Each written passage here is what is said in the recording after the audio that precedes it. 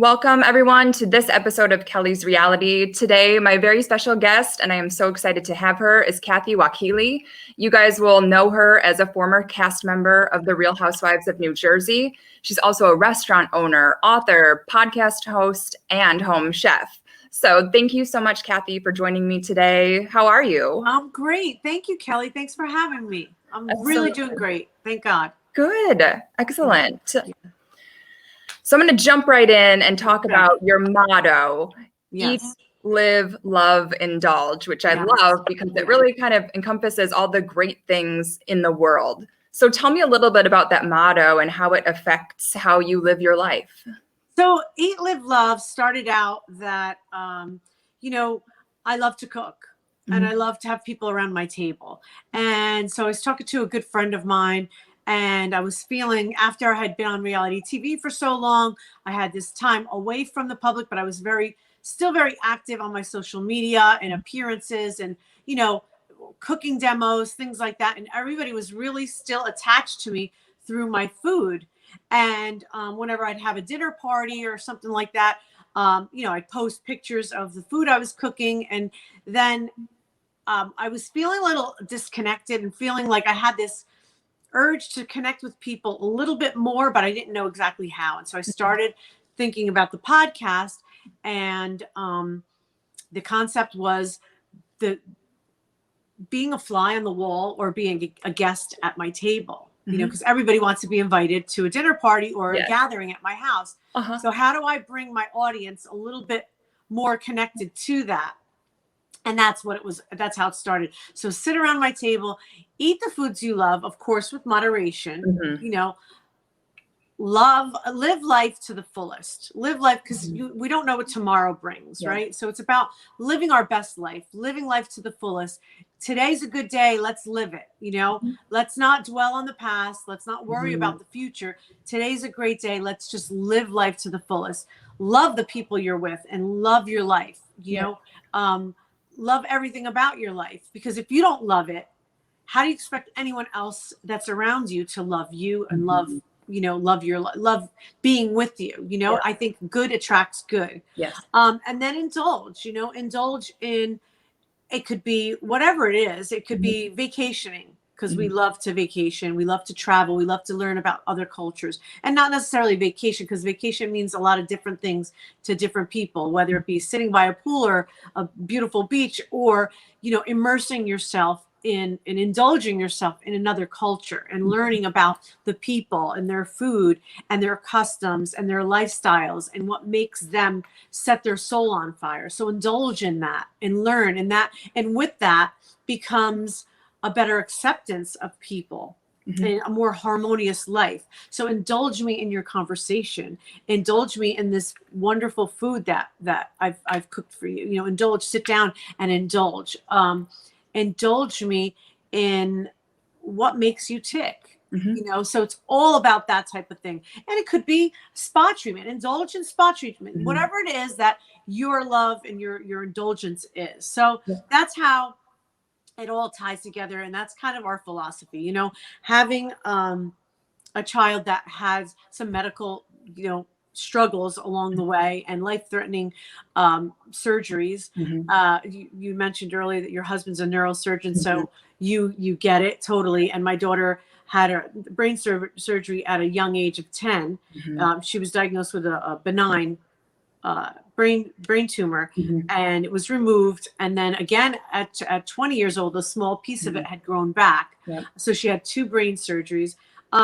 You learn that all this other extra stuff in life, like getting hung up on petty things, getting, you don't know what tomorrow brings. So you really need to grab the good when it's here. And so, and pass that good on to other people, So that's pretty much the whole podcast. That's our philosophy in our house.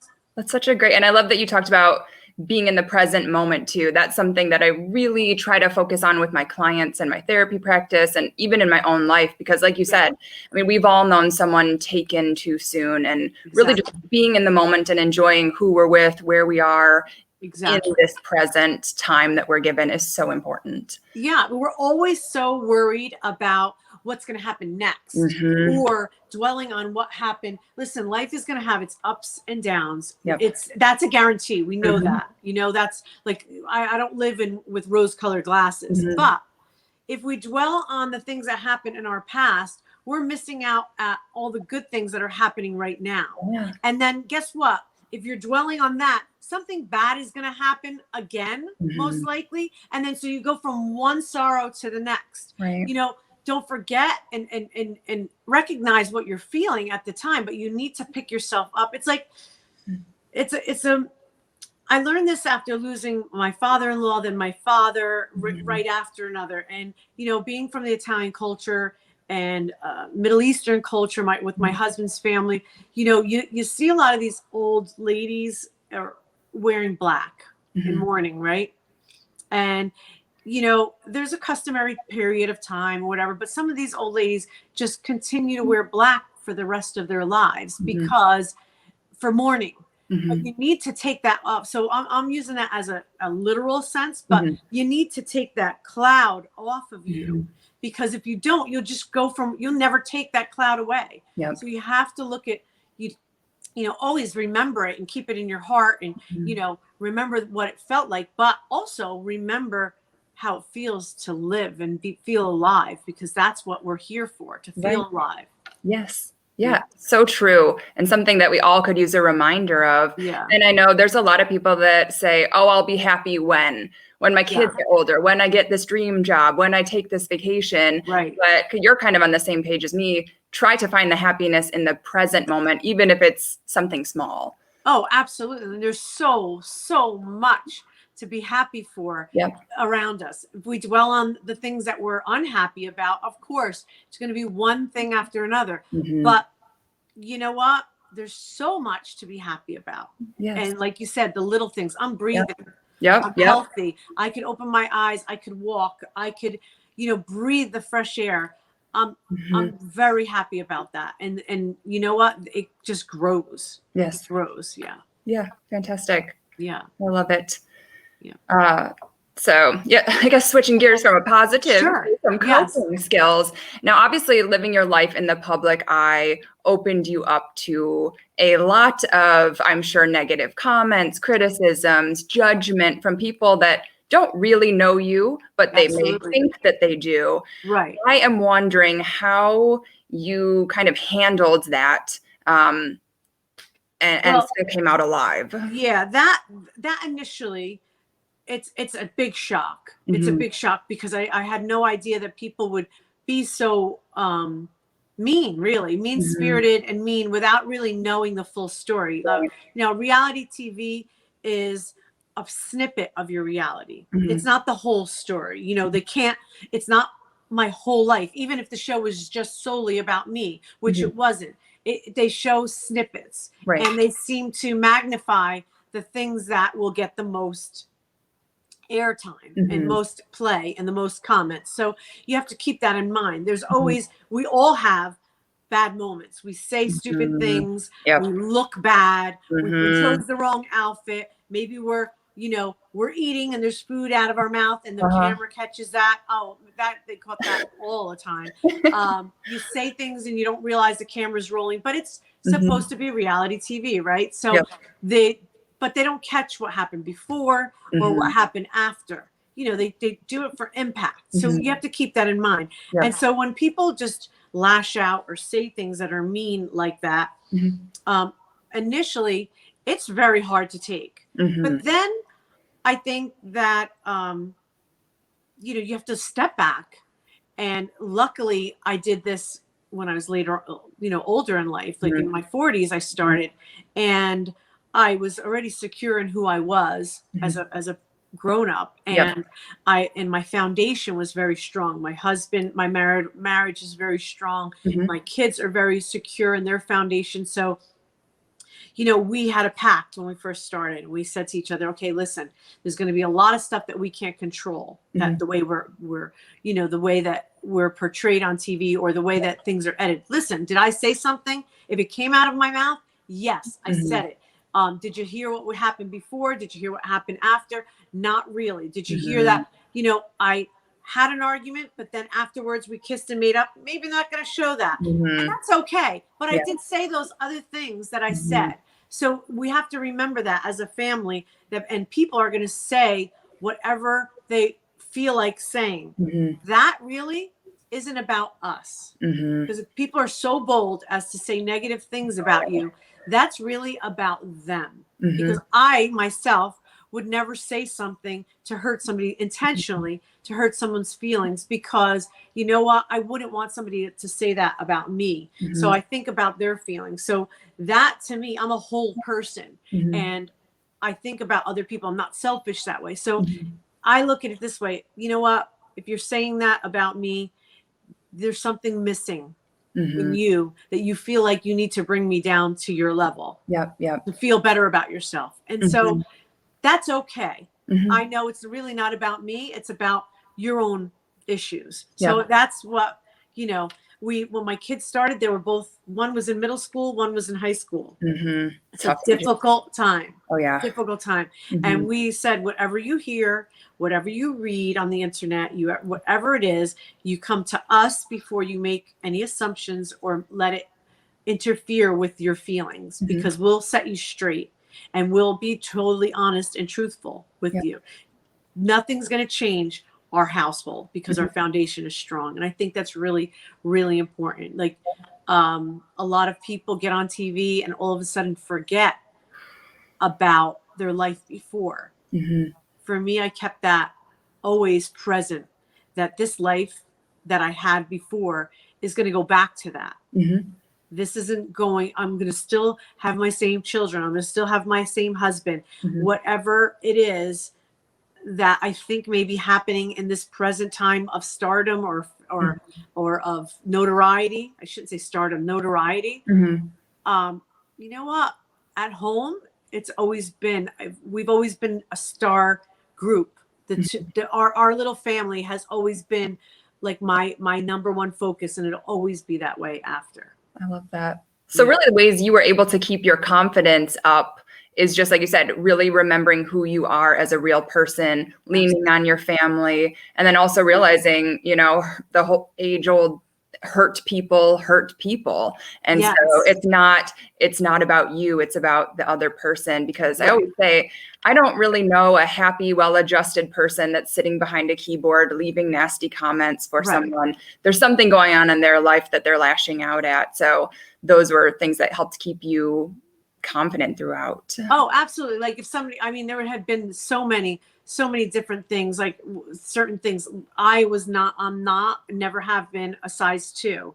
I'm not traditionally what you would see on TV size wise. And people would make comments about that. And maybe it was a part of them feeling like, well, if she's so out of shape, or if she's not the perfect model figure, then why is she on TV and I'm not? And so let me bring her down to like knock her off her high horse. I've never been on a high horse. I'm on the same level horse as everybody else. I've never thought I'm better than you. I don't think I'm less than you. I'm me. I don't judge me by other people. I judge me for today's performance. And tomorrow I hope that I'm better. And each day I try to be better than I was on my own personal gauge, you know? Yeah, I love that. That's my motto too. That's what, you know, don't try to be better than someone else. Try to be better than you were yesterday. Just compete with yourself. Exactly.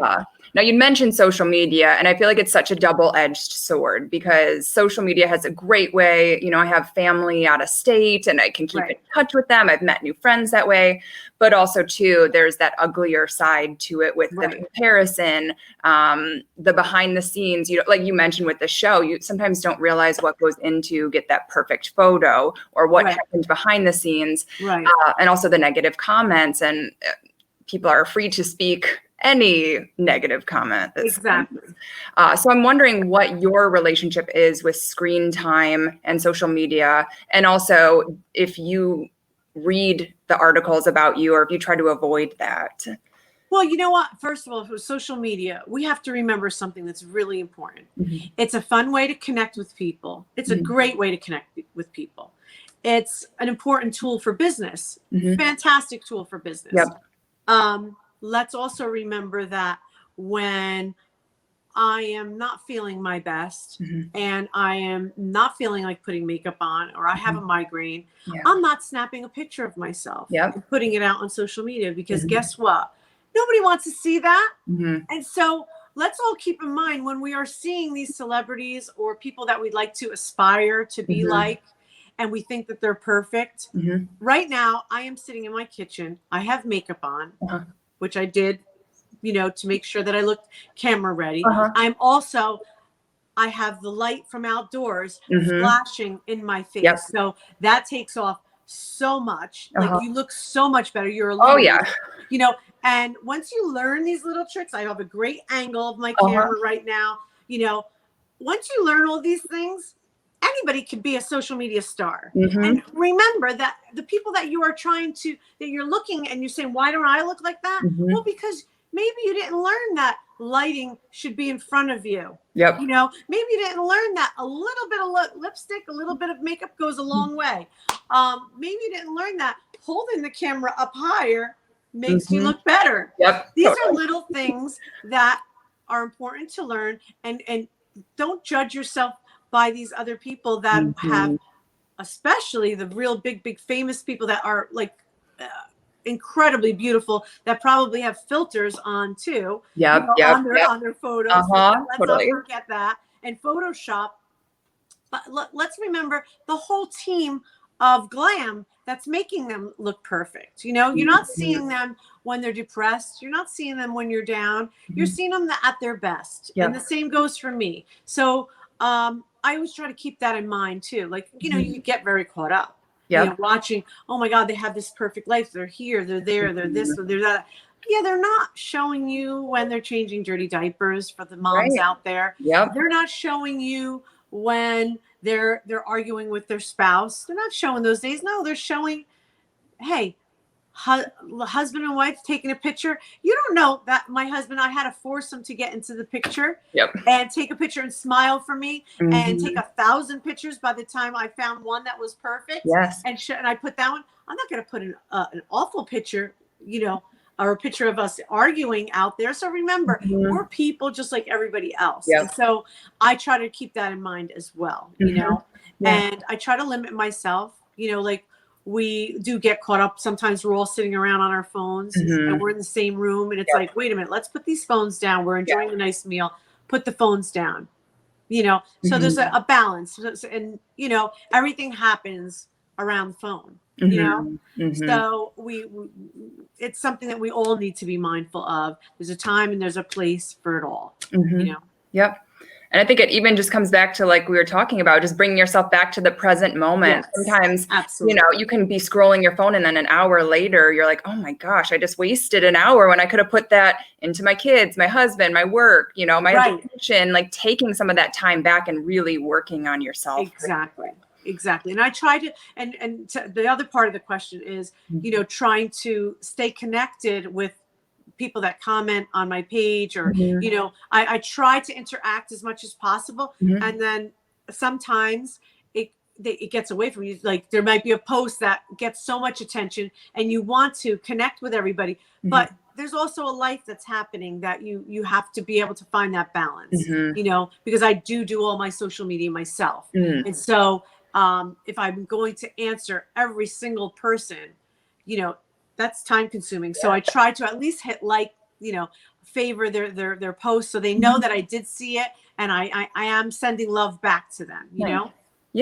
And I love that. And I mean, social media can be a full-time job, whether it is a business or not. And again, just that's my biggest thing too. I have 2 young kids, and it always breaks my heart when I would go out to restaurants and see everyone at the table, you know, on their phones. And I'm like, oh my gosh, you know, I really want to be better myself about getting off my phone, being more present. So definitely something to keep working on. Sure.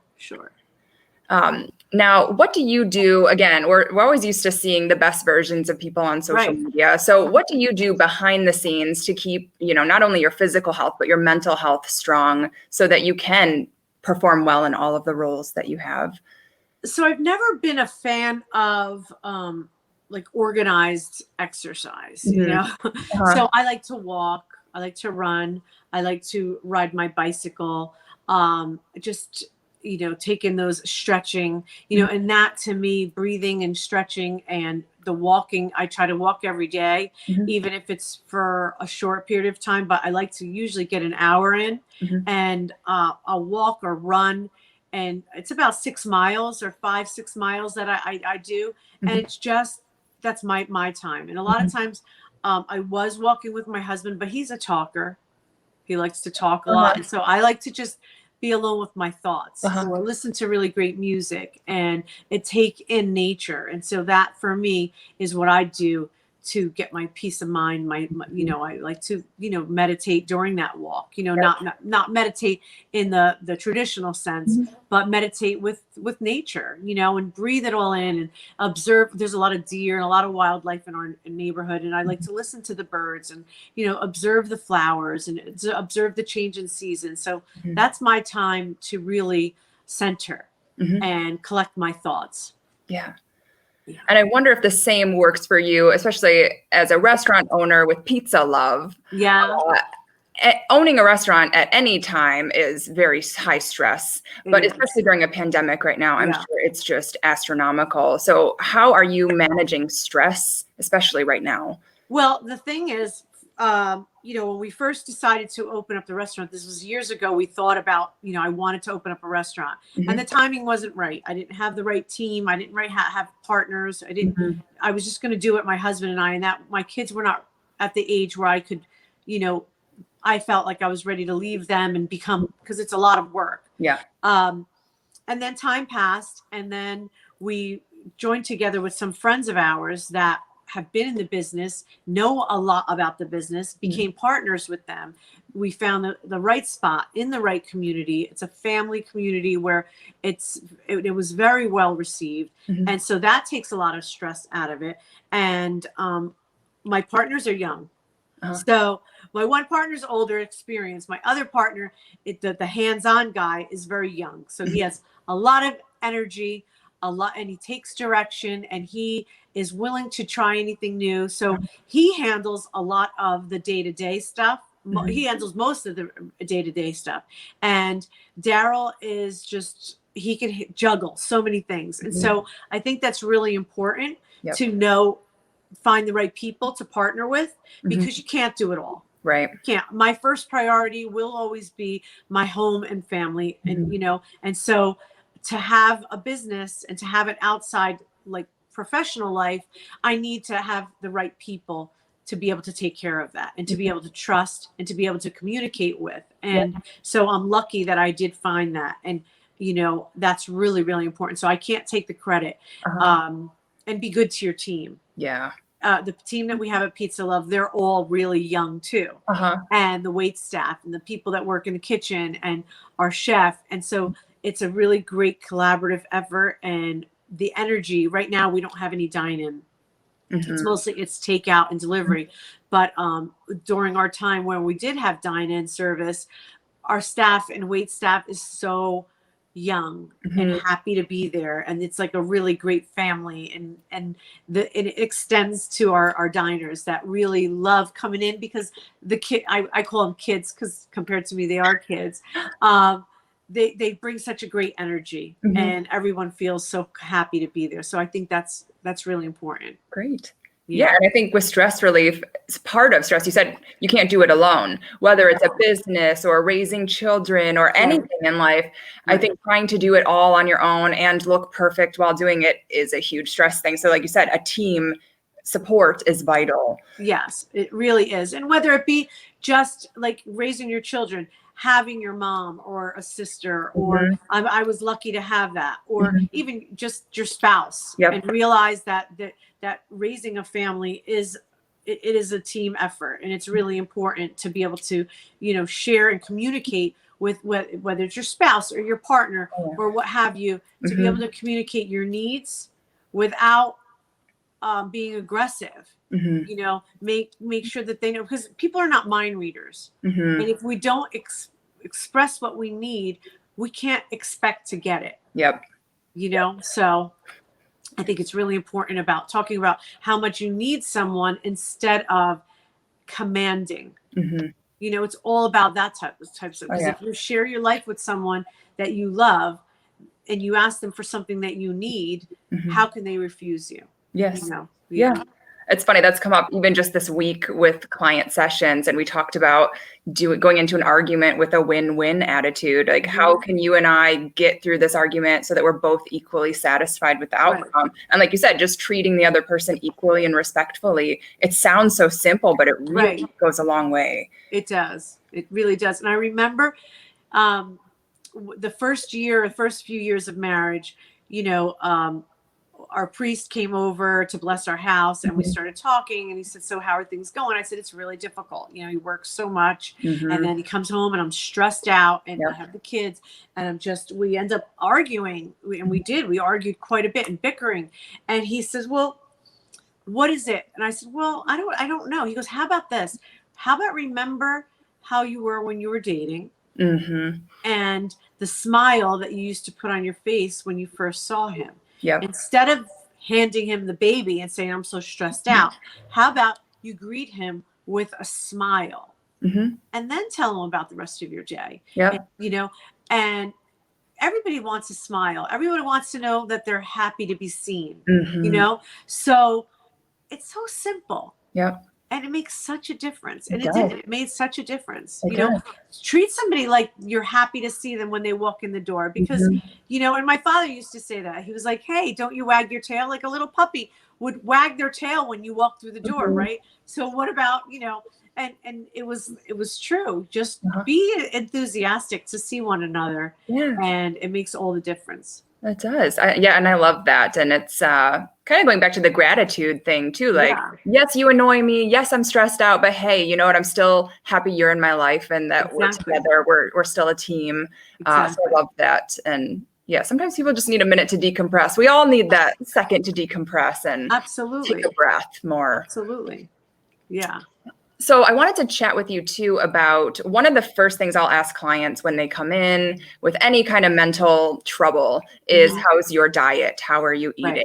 And I know you're passionate about food, you know, as a chef, a restaurant owner. I know you've written a book about desserts. So you are definitely right there. And so I wonder, again, you are what you eat, basically.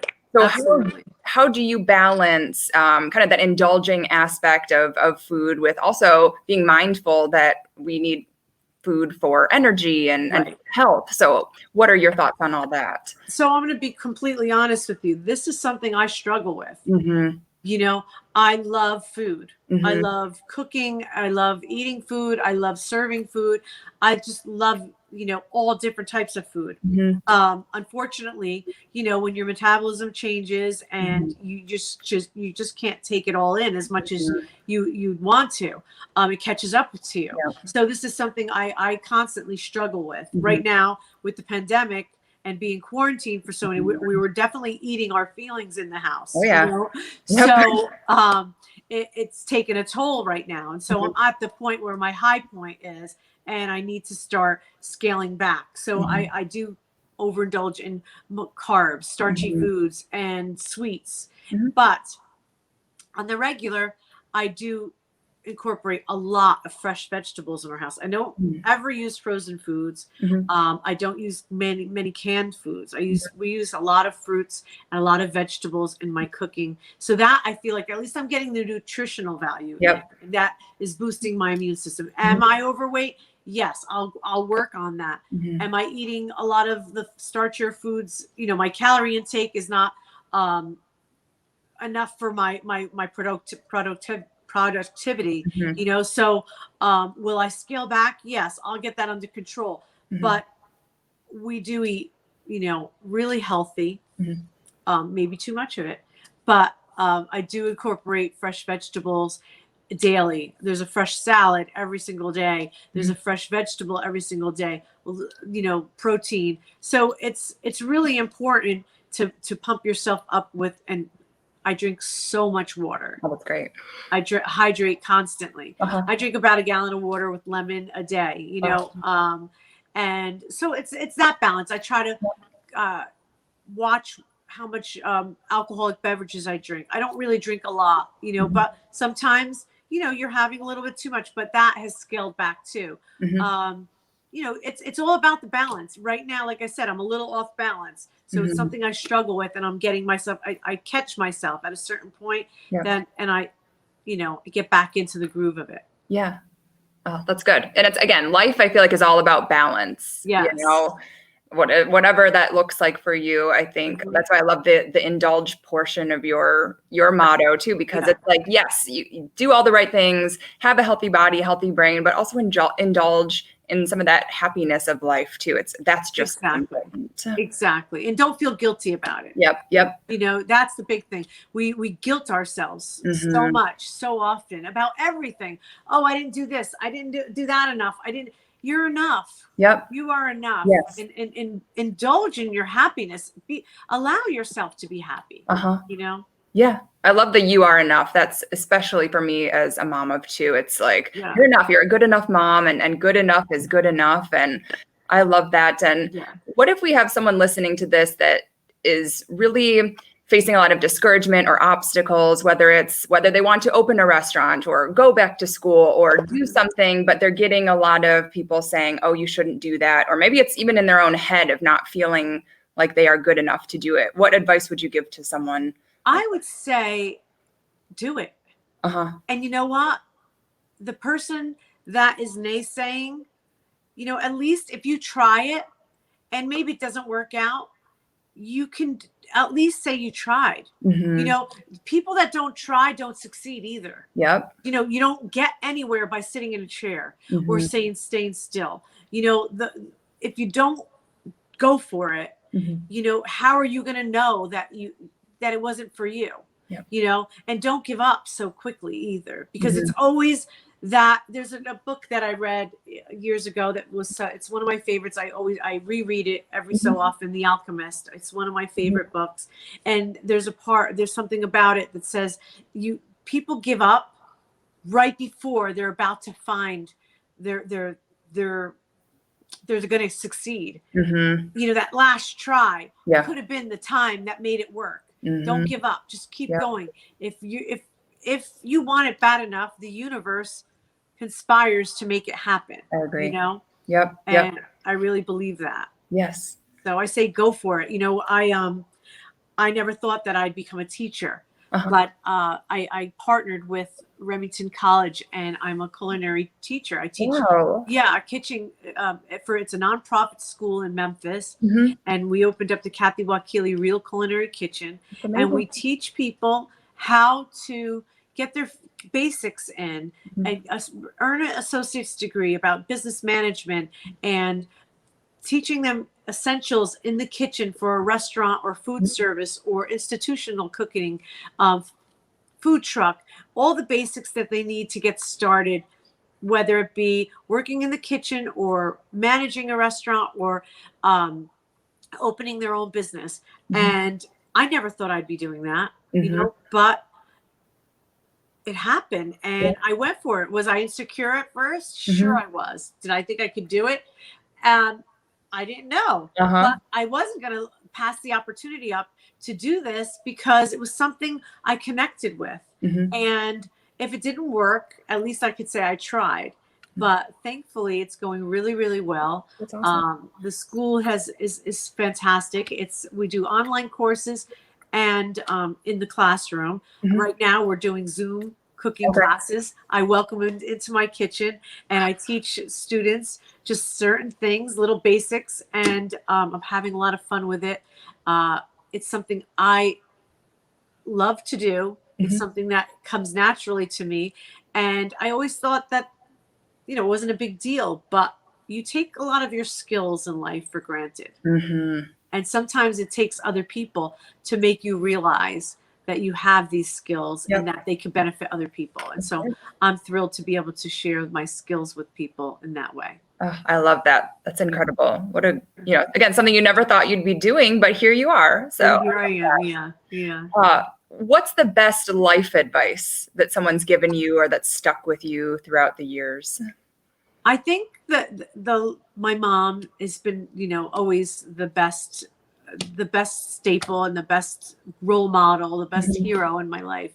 And she told me, Kathy, when you do the right thing, it's always the right thing. you know, and it's always right for everyone. Mm-hmm. You know, when you're doing the right thing, if you feel it's right, it's morally sound, Mm-hmm.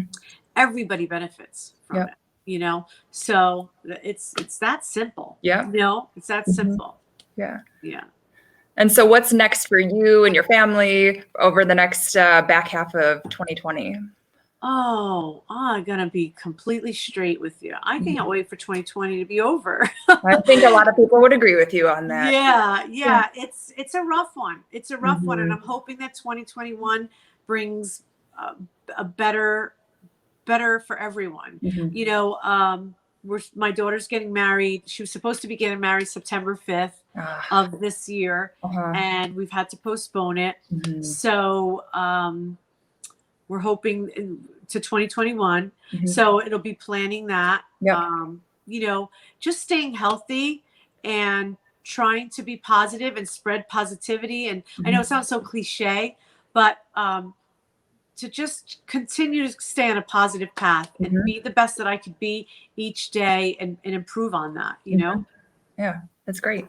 Yeah, staying positive and grateful and one day at a time. Absolutely. And getting back to my podcast too. I took a little break because I was planning her bridal shower and again, in all honesty, the pandemic and being quarantined and the state of affairs in the country kind of got to me a little bit, and I felt like I couldn't be positive for my listeners. And you know, we all fall off once in a while, and so we need that time to, you know, be introspective and look into ourselves and regain that strength that we really need to be able to share it with other people.